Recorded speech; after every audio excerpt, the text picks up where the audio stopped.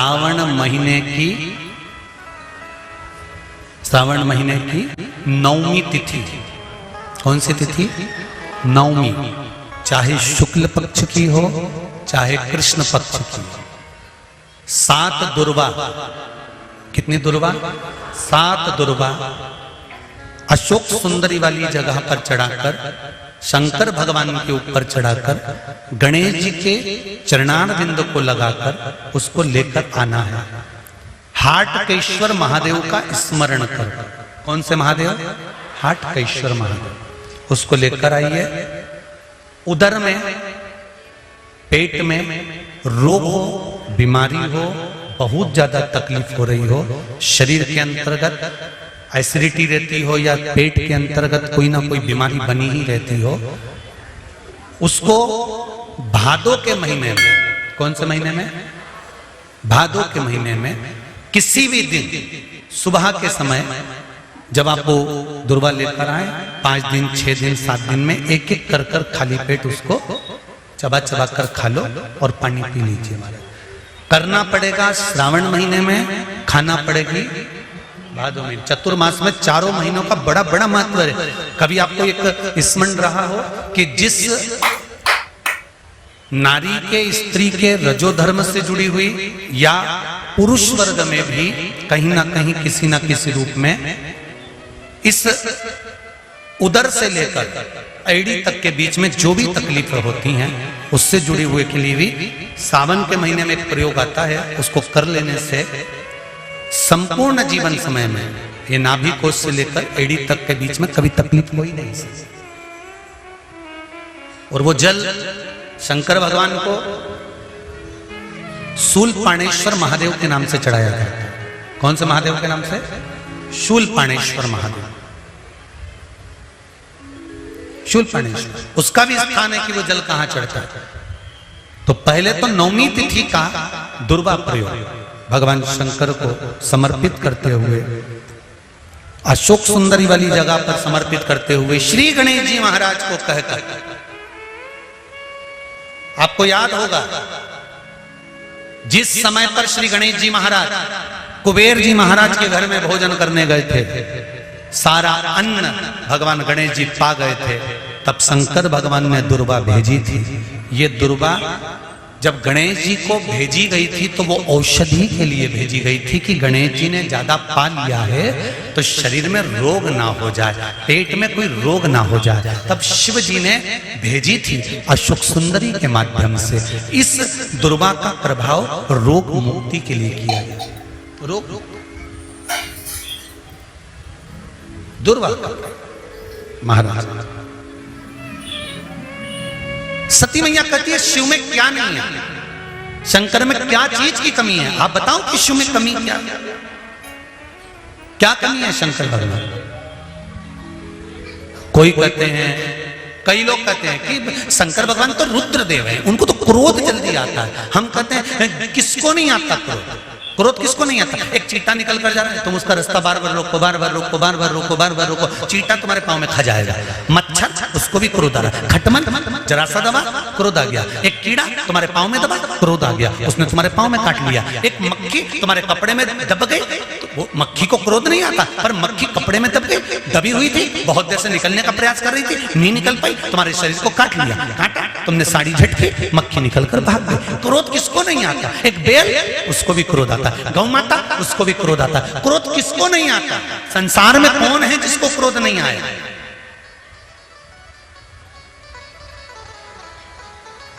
मेरे शिव को क्रोध आता है, पर कब आता है? कहा जब भगवान विष्णु कहते हैं कि अब सृष्टि का संहार करना है, तब मेरा देवाधिदेव महादेव क्रोध में आकर सृष्टि का संहार कर देता है।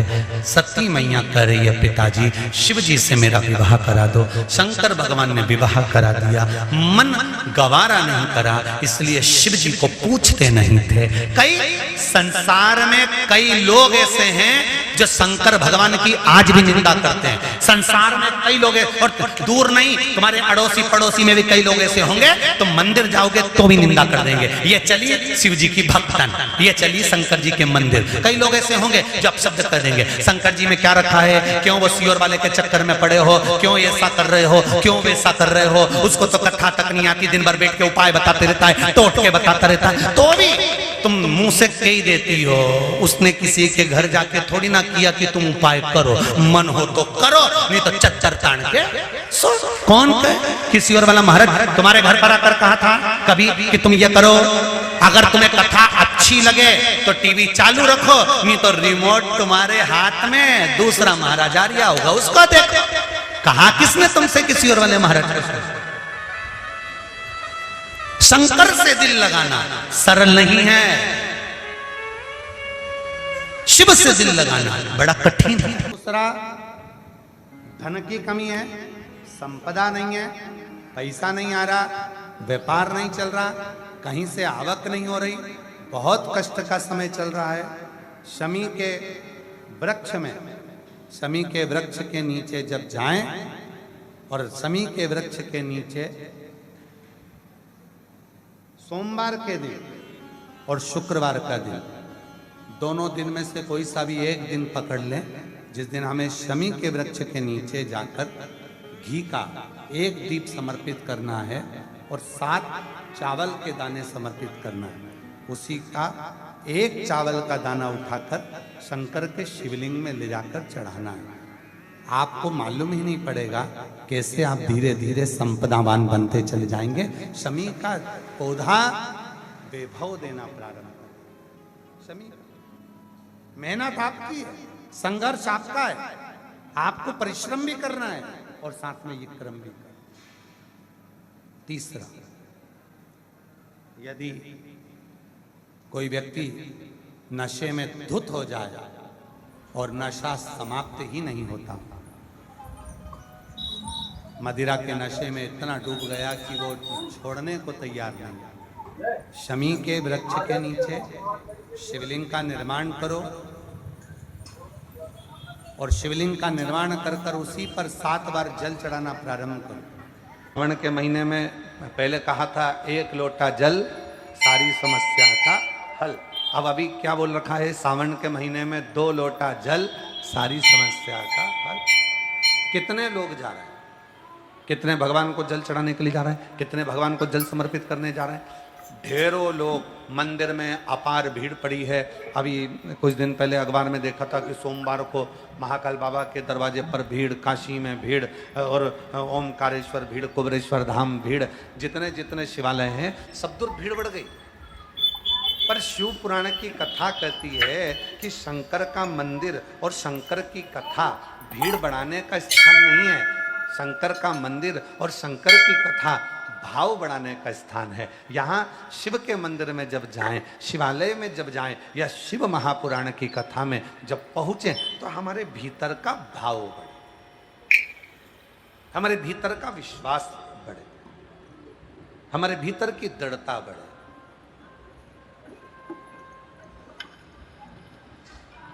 और जब हमारा विश्वास बढ़ता है, जब हमारा भरोसा बढ़ता है, जब हमारी दृढ़ता बढ़ती है, तो अपने आप कार्य सफल होता है। मंदिर तो ढेर जा रहे हो, शिव मंदिर में भीड़ लगी पड़ी हुई है, सारे शिवालयों में भीड़ लग गई।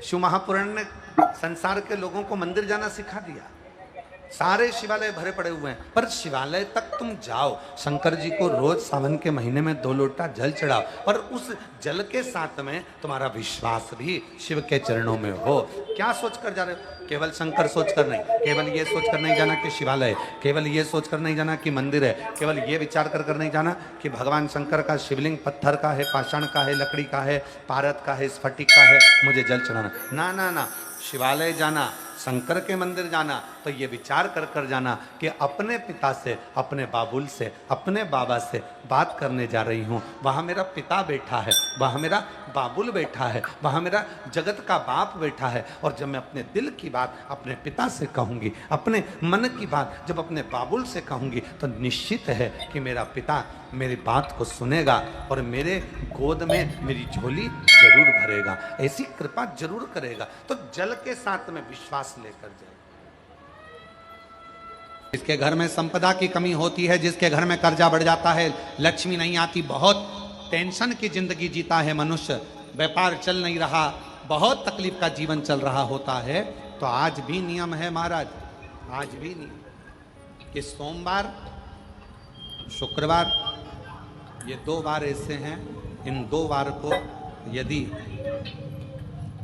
कटोरी में थोड़ा सा शहद रखकर, मधु रखकर यदि लक्ष्मी जी का स्मरण किया जाए और माता लक्ष्मी जी का स्मरण कर कर एक लाल पुष्प उस कटोरी के सम्मुख में माता लक्ष्मी का नाम लेकर रखा जाए और बाद में वही शहद, वही मधु और वही पुष्प सोमवार का दिन और शुक्रवार के दिन लक्ष्मी का पूजन कर कर, स्मरण कर कर, दूसरे दिन शुक्रवार के दिन पूजन करें, शनिवार के दिन उस मधु का, उस पुष्प का विसर्जन करें, सोमवार के दिन पूजन करें लक्ष्मी जी का स्मरण कर कर, और मंगलवार के दिन अगर विसर्जन करें, 5 या 7 सोमवार या शुक्रवार को यदि आप मधु का भोग लक्ष्मी जी को लगाना प्रारंभ कर दें, शिव का नाम स्मरण कर कर, तो उसके घर में कभी संपदा की कमी नहीं होती, लक्ष्मी उस संपदा को बढ़ाती।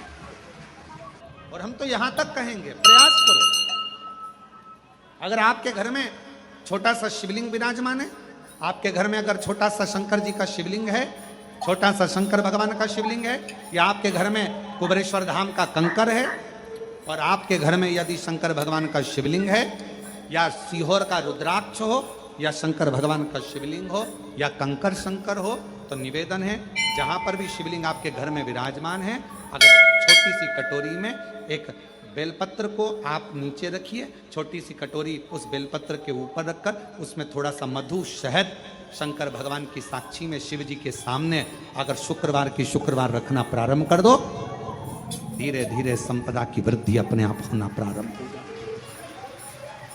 मधु, देवी भागवत का यह प्रसंग है, 6ठे स्कंद का 16वां और 17वां अध्याय देवी भागवत का वर्णन करता है।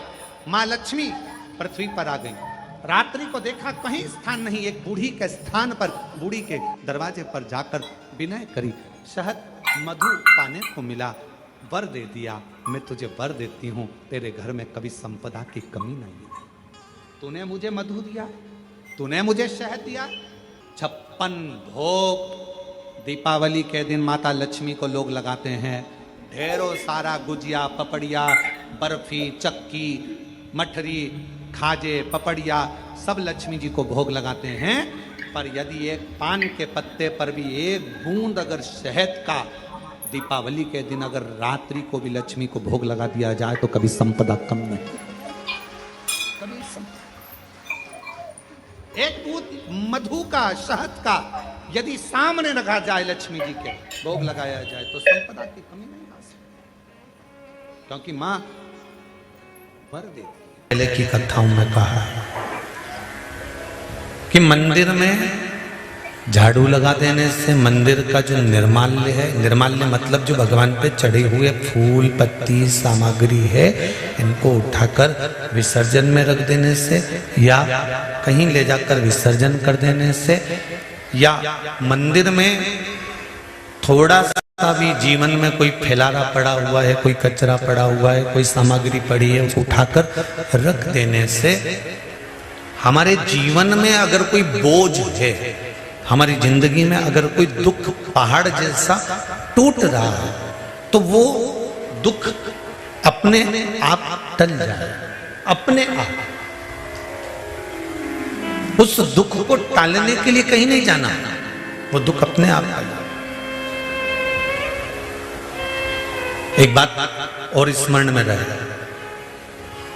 घर में अगर गौ माता है, घर में तुलसी का पौधा है, और घर में अगर तुम्हारे बुजुर्ग विराजमान हैं, घर के माता पिता हैं, घर के कोई वृद्ध दादा दादी हैं, घर का कोई बूढ़ा व्यक्ति आपके साथ में रह रहा है, तुलसी का क्यारा है या गौ माता है, तो शिव महापुराण की कथा कहती है जब जिंदगी में कोई भी दुख तुम्हारे घर के दरवाजे को टच करता है, उससे पहले ये तीन जो तुम्हारे घर में हैं, तुलसी का क्यारा, गौ माता और घर के बुजुर्ग, इनके स्वास्थ्य में अपने आप गड़बड़ी होना प्रारंभ हो जाती है। किस किस में? तुलसी का क्यारा मुरझाने लगेगा, तुलसी सूखने लगेगी, कितनी भी बारिश हो थोड़े दिन अच्छी रहेगी, फिर वापस मुरझा जाएगी। 4 महीना सावन भादो कुमार कार्तिक तो अच्छी रहेगी, फिर वापस वो मुरझा जाएगी। मतलब जरूर घर में कुछ ना कुछ दुख आने वाला।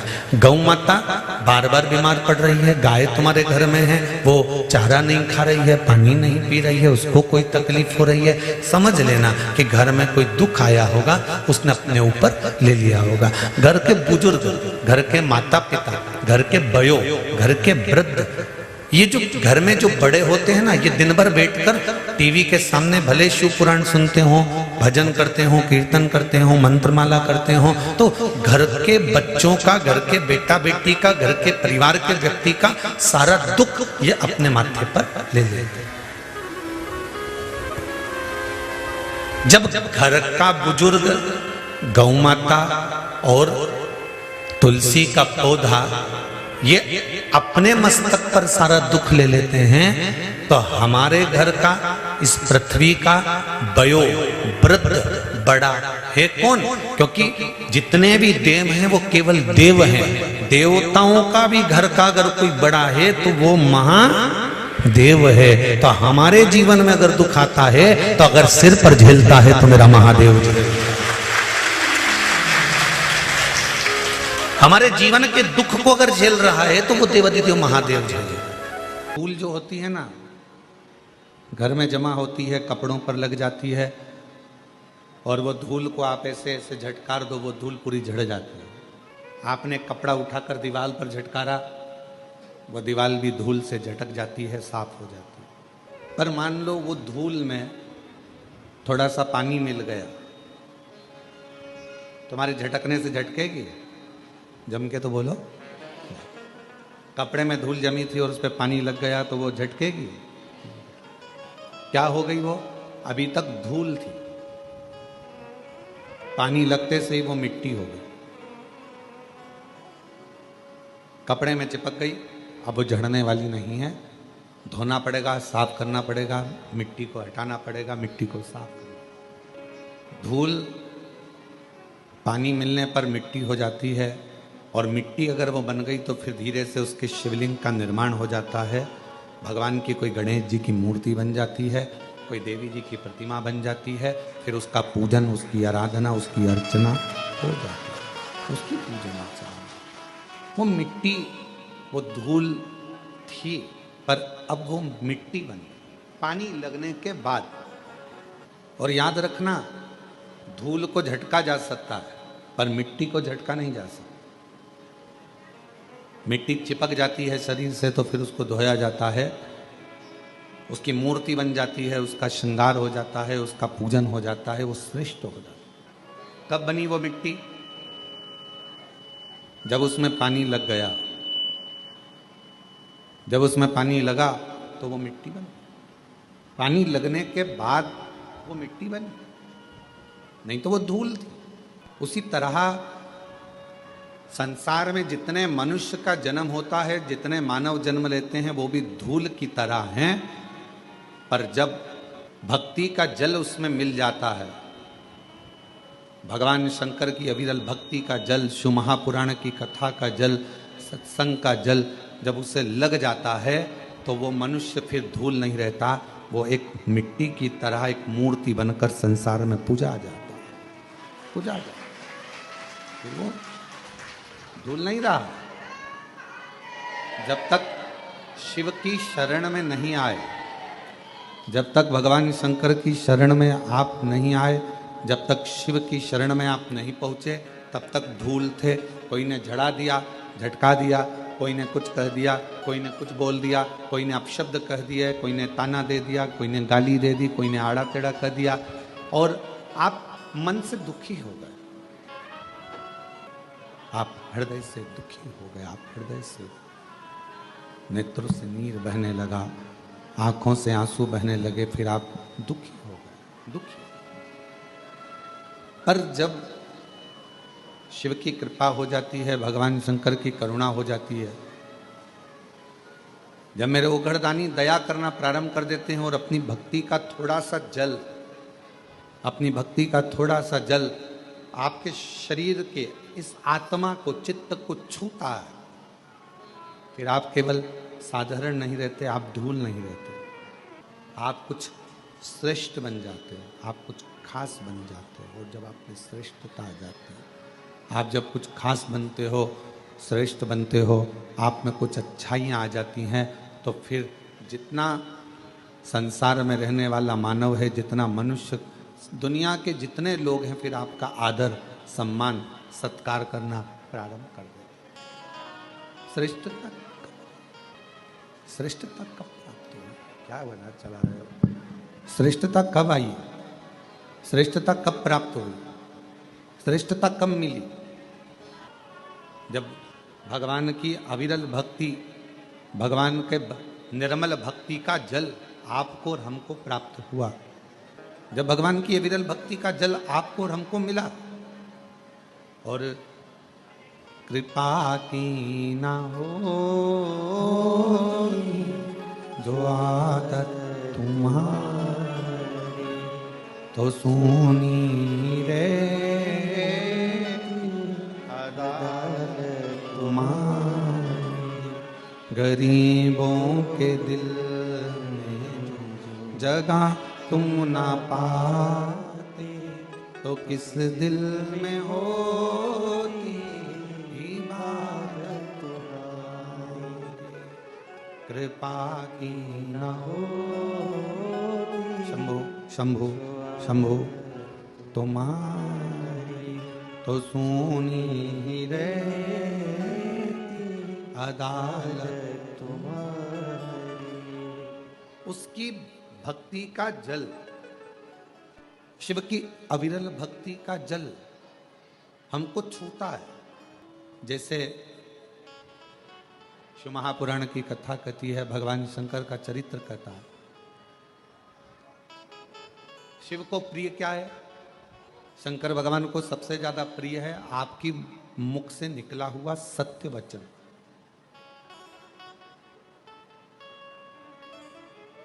फिर भगवान को प्रिय क्या है? तो कहा, जो एक लोटा जल आप भगवान देवादिदेव महादेव को चढ़ाते हैं, वो शिव को प्रिय है। श्री शिवाय नमस्तुभ्यम। हर हर महादेव। पूज्य गुरु जी ने इस वीडियो में श्रावण मास की नवमी तिथि के विशेष उपाय बताए हैं। श्रावण मास पवित्र महीना चल रहा है। भगवान भोलेनाथ को 2 लोटा जल अवश्य समर्पित करिएगा। भगवान आपकी हर मनोकामना को पूर्ण करेंगे, सुख समृद्धि आपको देंगे। इसलिए आपको श्रावण मास में जितनी भक्ति श्रद्धा आपकी हो उतनी आप अवश्य करिएगा। वीडियो अच्छी लगे तो like share and subscribe, comment में श्री शिवाय नमस्तुभ्यम हर हर महादेव अवश्य लिख देना। जाते जाते चैनल को सब्सक्राइब अवश्य कर देना। जय श्री राम, हर हर महादेव, जय श्री महाकाल।